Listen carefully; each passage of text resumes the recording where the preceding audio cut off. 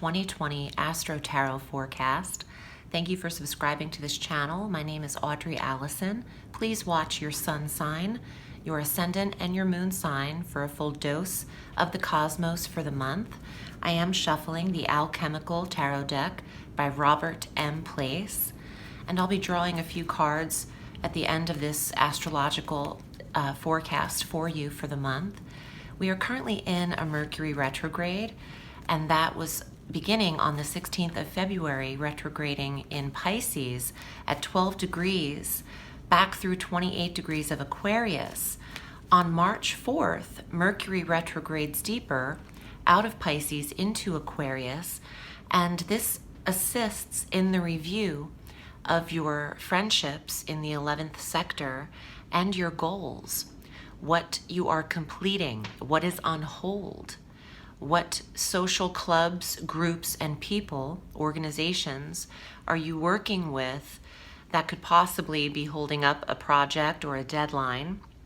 Mercury retrograde here could see some stalls, but not the whole month. I think the first week you'll see your most dramatic pause at the completion line of a goal or a project, but this time has afforded you a revision and an editing in what you are presenting out, either online in the 11th house of the internet, and putting yourself out there to others and large groups of people.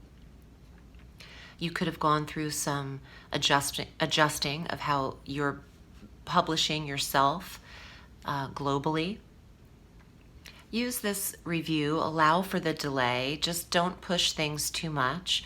Mercury goes direct on the 4th, and additionally on the 4th, Venus enters Taurus for you, Aries, through April 3rd, and this is a confidence sector, your money sector, your self-value and self-worth. And Venus is a prosperity planet just as much as she is a love planet, so she can assist in the accumulation of funding and the earnings in your life at that time from March 4th through April 3rd. Venus will also be exact Uranus in Taurus on the 9th of March. They'll both be at 4 degrees, so March 9th is a payout day for you, an unexpected money day, or wealthy feeling of success, and feeling valued is what I'm wanting to say. That day, March 9th, I would circle when Uranus and Venus are exact. This could be a trigger point for a promotion, to be attracted to unexpected opportunity and to be the one selected. There is an internet vibe to this because Uranus is the higher octave of Mercury, the higher technologies.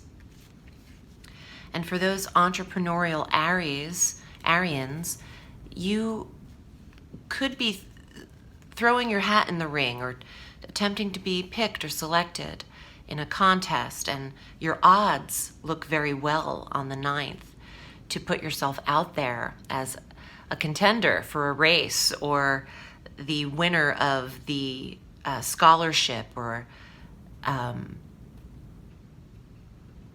the selected winning project that you've been working on, or you put your film in Sundance, or you get selected for some kind of independent creative works. There's an announcement here for you, Aries, in that area, and you get a sign, a pat on the back. There's validation afforded to you on the 9th.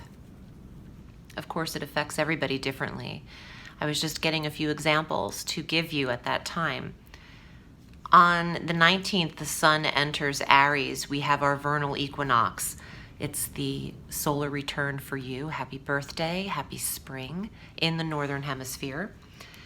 There are fresh beginnings when the sun enters Aries. That is the beginning of our astrological wheel, and it is the budding and blooming time of spring, and to promote creative ventures, to raise children, to birth them, and to I'm thinking of a lot of seeds and planting and growth and fertilization, whether that's actual land or in the body.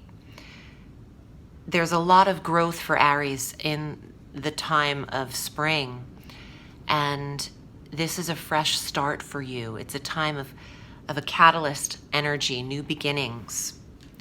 Saturn makes a transit on the 21st. This is a 3-year transit exiting Capricorn into Aquarius in your 11th sector of goals, of friendships, of the internet and exposure and putting yourself out there.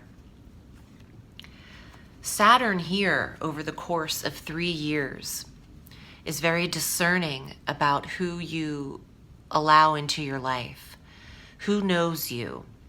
You are limiting your connections, honing in on what is important, narrowing down the focus of your goals, choosing what you excel in as opposed to putting every iron in the fire. Select your goals preciously is the message for you, Aries. And Saturn assists in that. Saturn is the narrowing and discriminating and really defining planetary energy when in a sector can feel like it's squeezing too tight or restricting too much. But trust that what feels like it is taken from you is freeing you in the long run, in the course of this transit. Saturn isn't easy and doesn't just come in effortlessly with a broom and clean things up. It's a little bit irritating and painful with Saturn being so discerning and discriminating in the area of friendship, life goals, and the internet. I don't think you'll be so ready to put yourself out there in every nuance of your life, and you shouldn't. When people ask how you're doing on a Facebook board or a social media page, and start getting personal, in front of thousands of people, those questions don't need to be answered in public if you don't want them to be. And you should be more discerning as to what information and data you readily give to others. Our new moon on the 24th of March is at 4 degrees of Aries in your first house. So happy new moon. Set the intentions in the physical, first sector of body. What are your goals for your solar return year, and how will you decide to treat yourself, Aries? Comfort, self-care, nurturing are important. Your physical health is the most important. Without it, you don't have anything. So tend to yourself wisely in that new moon time frame, the 24th, through that week, especially if not the full 28-day lunar cycle.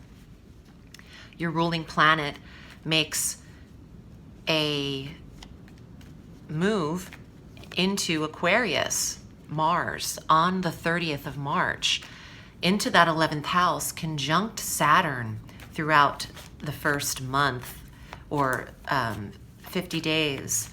There is a harshness to some of the people that you're weeding out very quickly in your life. Or some of you might decide to turn off the internet altogether from March 30th until about April 30th, if not a little longer. Don't react harshly or negatively speech-wise to something that could rile you up. On the 20th of March, we'll have most of the malefic masculine planets in Capricorn conjunct, and there is a uproar. There's an uproar and a desire to prove a point, and don't fall for the bait is what I want to say. Stay in the clear and focus on worth, value, self-care, and who you're giving your friendships to. Here's what is arriving in your tarot for the month. And if you'd like private counsel, I'm at audreyalison.com. And feel free to go to my website. I've got a few things offered there. A private online e-course that I've written about the tarot and how to read, and my personal experience with divination and mediumship.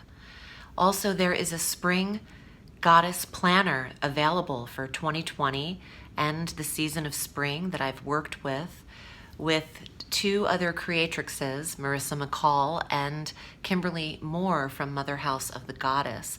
So feel free to check that out if you're interested. Aries, here are your cards for the month of January, of March. Devil, this is Saturn. This is the card of limitation. You're meant to go over the 11th house wisely with a fine-tooth comb.